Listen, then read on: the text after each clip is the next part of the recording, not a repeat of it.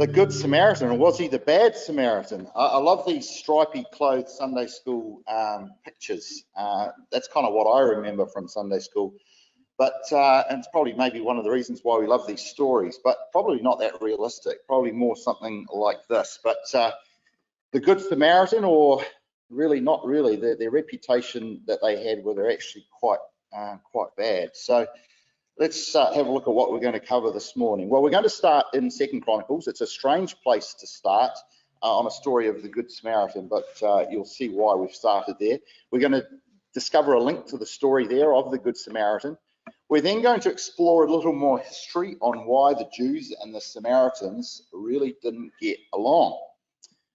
There was quite a lot of animosity between the Jews and the Samaritans. As far as the Jews were concerned, they were always the bad Samaritans. So we're going to cover a little bit of history on that because it provides, I think, a lot more context to the meaning of the story and the exhortation for us. We'll then have a fresh look at the story in Luke 10. And along the way, we'll, of course, take some exhortations and lessons that we can apply in our own lives in the time ahead. So let's look again at 2 Chronicles, and I want to turn to 2 Chronicles 28. We'll see this as the inspiration for the story of the Good Samaritan. Let's look at the similarities.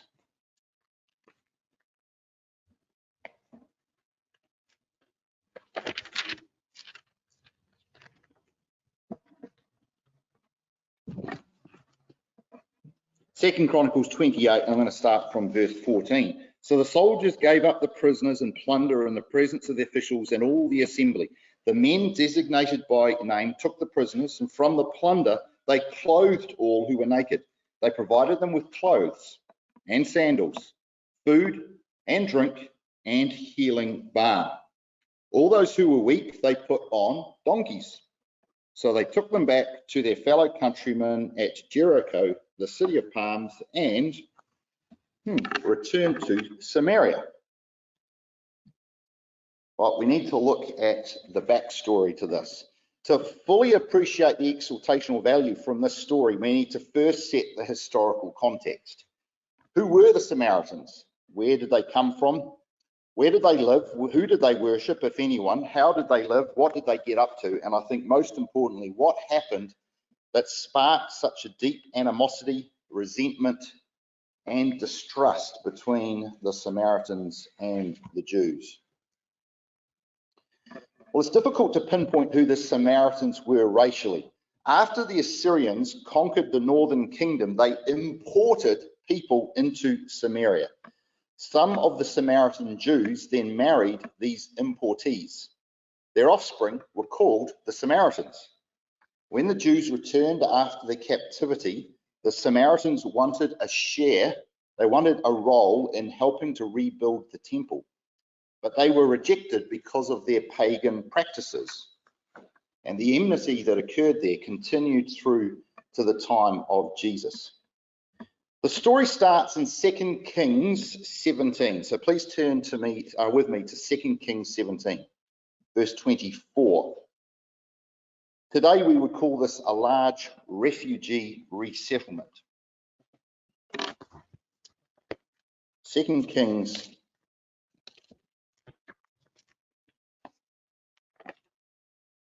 17. The king of Assyria brought people from Babylon, Cutha, Ava, Hamath, and Seraphim and settled them in the towns of Samaria to replace the Israelites. They took over Samaria and lived in its towns. From the start, we read how these people had a culture of blended worship. We'll take a bit of this, we'll mix it with a bit of that and get the best of both worlds. Let's read verse 29 to 33.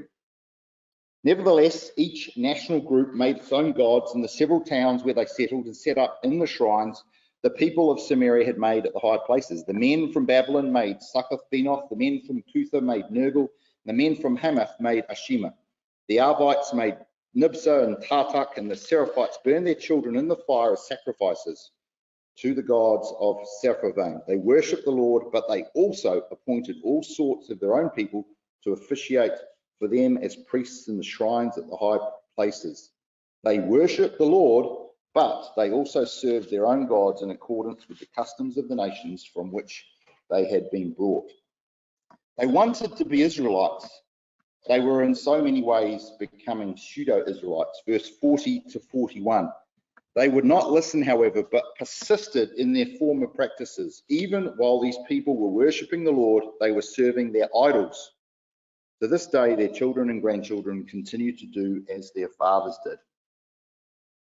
Now the plot thickens in Ezra. Ezra, we know, records that the story of the return of the remnant, exiled but now finally returning to their land. They had a focus that united them. They all wanted to build a temple for their Lord, for their God. Now Ezra has some juicy details on how the rift developed. So let's turn to that.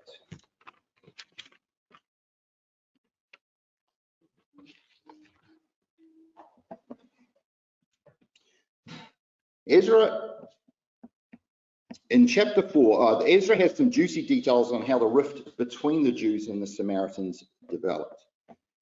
In chapter 4, we read how the Samaritans wanted in on the action. Verses 1 and 2. They were there, they were willing, and they were able to help. After all, they said, we serve and seek the same God, so we're now just like you. Please let us help. But the offer, you'll see in verse 3, wasn't accepted. It actually was a clear and emphatic thanks for the offer, no thanks. We've seen and we've been observing your style of blended worship, and we frankly don't like it. It doesn't sync with the standard of worship that we promote. That's really what the no thanks said. Now, some would have shrugged it off, gone on their way. Offended, yes. Disappointed, yes. But we'll find another way to make this work. Well, not these Samaritans. This rejection that they got from the Jews set off an aggressive, somewhat feral, and even a vengeful response that escalated further and further, and most definitely helps explain the animosity between these two groups. As we'll see, the Samaritans became devious, conniving, rebellious, even churlish in their response to not being invited to help build the temple. Have a look at verse 4. It tells us the story about how they begin the campaign to undermine the building of the temple.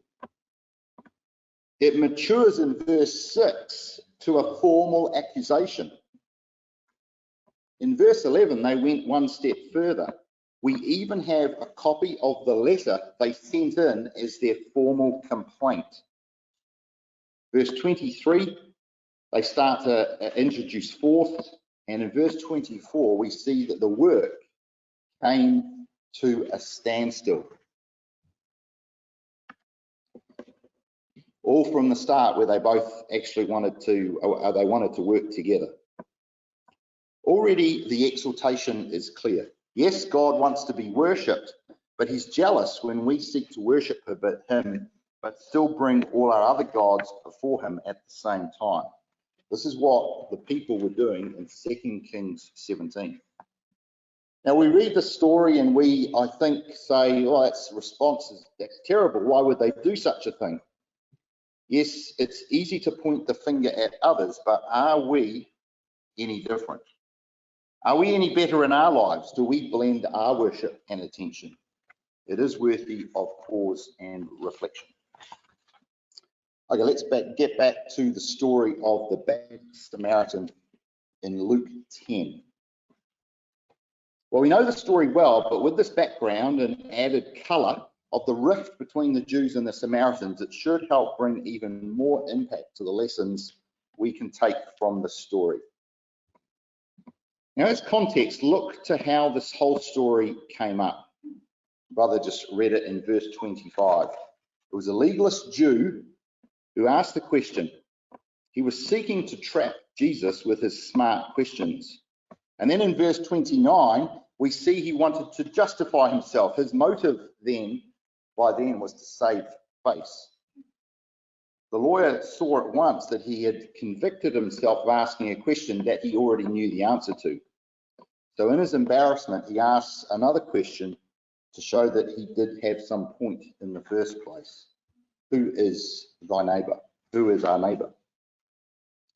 And so the wonderful story of the Good Samaritan is told. There are so many links and parallels we can see in the story, and then practical lessons we can take.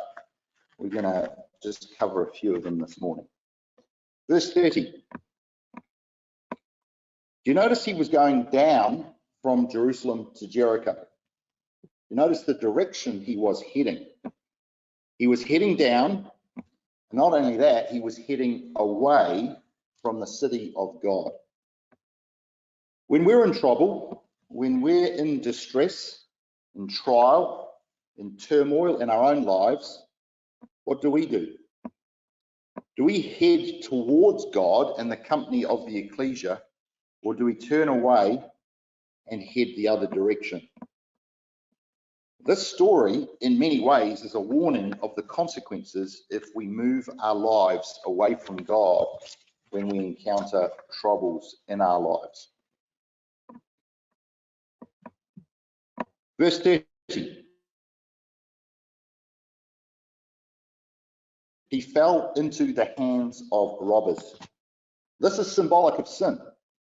Sin will find you if you're on the wrong road, on the pathway down to Jericho. It's the road to death. Verse 30, it says again, stripped him of his clothes. The inference here is that his clothes were valuable. They were robbers. They had plans to sell his nice stuff and make some quick cash. It's likely this man, by inference, was wealthy, as he had nice clothes that they wanted to rob him of. Verse 31 and 32, not just the priest, but also then the Levite.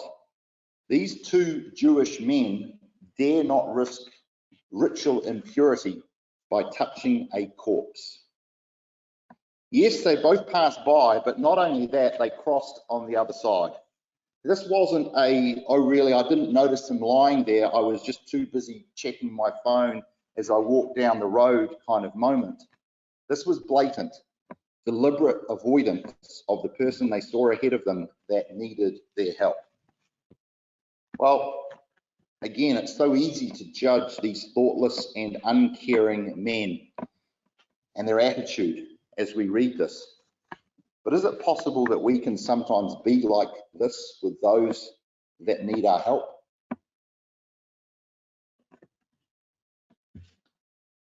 The Levite and the priest, yes, they both failed this man, but did you know that they also blatantly ignored the law that he professed to uphold?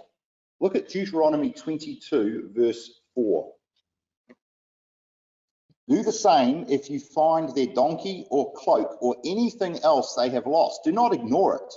If you see your fellow traveler's donkey or an ass fallen on the road, do not ignore it.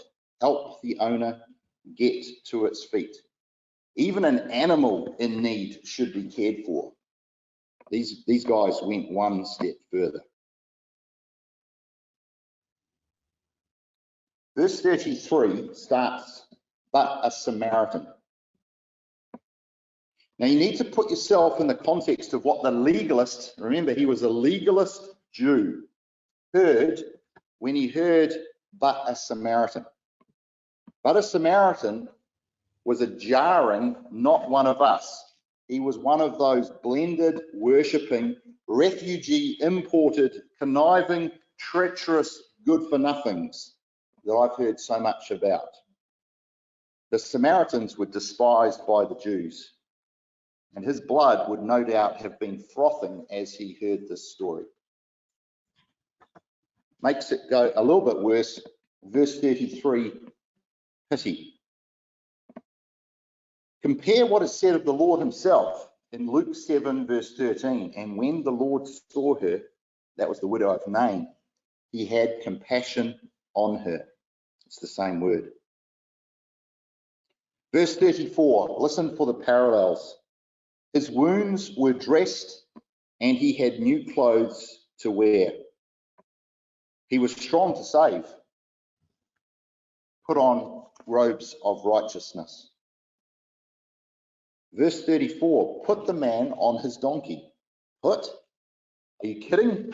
Everyone knows that you don't move a badly injured man, not without knowing exactly what you needed to do, not without expert medical help.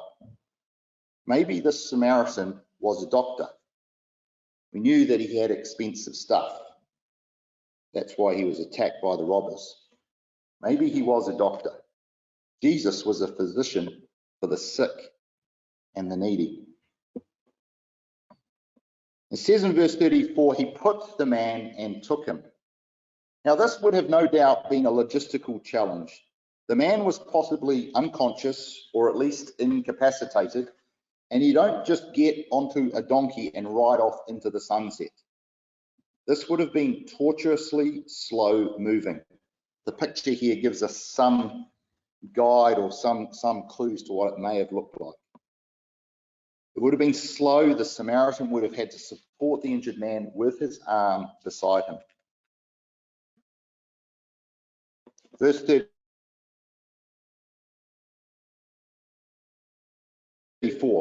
we come to the inn. Here the injured man, battered by sin, is brought into the inn to be cared for and nurtured back to health. The inn here represents the ecclesia. The innkeeper represents the brothers and sisters of the ecclesia. It continues in verse 34, it says, before the injured man is put to bed that night, he would have been cleaned and bathed. And in this, we see a symbolic baptism. Verse 35, the next day. So the Samaritan slept and he rose again. He then asked the ecclesia to care and look after him, to care for the sinners. Verse 35, and he leaves by saying, when I return. Surely this is symbolic of the kingdom when Christ will come again to the ecclesia. Do you think the symbology and significance of this story was lost on the expert in the law that was being told this story? I don't think so. I think it would have hit him hard and it would have hit him right here. You notice in verse 37, as he answers the question that he's asked, he can't even bring himself to say the word Samaritan. He would have gone away with much to digest and much to consider. So as we turn to the emblems this morning, we see a warning to not serve multiple gods and simply blend our worship. We're reminded that we have a responsibility to care for those in need. As an ecclesia, we are the innkeeper, and we are to look after those who turn down the wrong road and are affected by sin. Because let's face it, we all have been. And in our Lord, we see the saving power of his care, because he is the physician. And we see that represented in the emblems of the bread and the wine. We've all been affected by sin. We've all benefited from the healing hands of the physician. So as we see in verse 37, as the story wraps up, Jesus told him, go and do likewise.